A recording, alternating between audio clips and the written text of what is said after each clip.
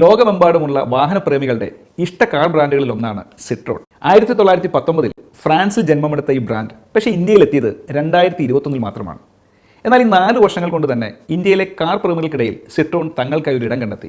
Indian വിപണിയിൽ കൂടുതൽ പിടിമുറുക്കുക എന്ന ലക്ഷ്യം മുന്നിൽ വെച്ച് മുന്നേറുന്ന സിട്രോൺ അതിനായി ആദ്യം ചെയ്തത് ഇന്ത്യയുടെ ഏറ്റവും മികച്ച ക്രിക്കറ്റ് താരമായ മഹേന്ദ്ര സിംഗ് ധോണിയെ തങ്ങളുടെ ബ്രാൻഡ് അംബാസഡർ ആക്കുക എന്ന തന്ത്രമായിരുന്നു.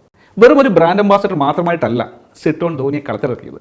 ധോണിയുടെ പേരിൽ ഒരു സ്പെഷ്യൽ എഡിഷൻ കാർ തന്നെ സിട്രോൺ ഇന്ത്യയിൽ പുറത്തിറക്കിയിരിക്കുകയാണ്. ജൂൺ 18 മുതൽ ബുക്കിംഗ് ആരംഭിച്ച Citroen C3 Aircross 7 Dhoni edition വാങ്ങാൻ ഭാഗ്യമുണ്ടാകുക പക്ഷേ വെറും 100 പേർക്ക് മാത്രമാണ്. 12 ലക്ഷത്തോളം സ്റ്റാർട്ടിംഗ് പ്രൈസുള്ള ഈ ധോണി എഡിഷനിലെ എല്ലാ കാറുകളിലും ധോണി തീമിലുള്ള ഗ്ലൗ ബോക്സുകളുണ്ടാവും.